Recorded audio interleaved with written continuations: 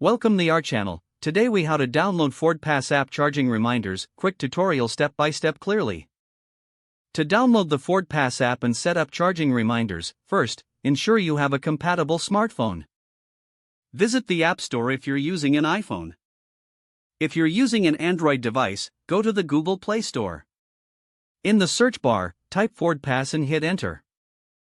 Locate the official FordPass app in the search results. Tap on the app to open its download page. Next, press the download or install button. Once the download is complete, open the FordPass app. You'll be prompted to sign in or create a new account. If you don't have an account, select the Create Account option and follow the prompts.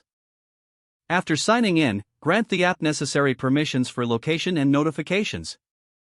Navigate to the charging section within the app. Here, you'll see options for charging reminders. Select charging reminders and choose the schedule that suits you. Set the time and frequency for your reminders. Once you've configured your preferences, save the settings. You can now access charging reminders directly from the FordPass app. Make sure to check your notifications for reminders to keep your vehicle charged. If the page does not load, refresh the browser or try again in a private or incognito window. Make sure you are using the correct email address, then retype it carefully to avoid small typos. If your password is not accepted, use the reset option and create a new strong password you can remember. Check your spam folder for verification or security emails, then complete any requested confirmation steps. Enable two-factor authentication if available to improve account security and reduce unauthorized access risk.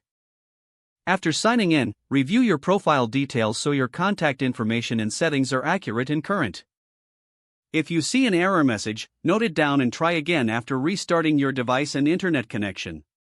Log out when you finish, especially on shared devices, to keep your account and payment information secure. If the page does not load, refresh the browser or try again in a private or incognito window. Make sure you are using the correct email address, then retype it carefully to avoid small typos.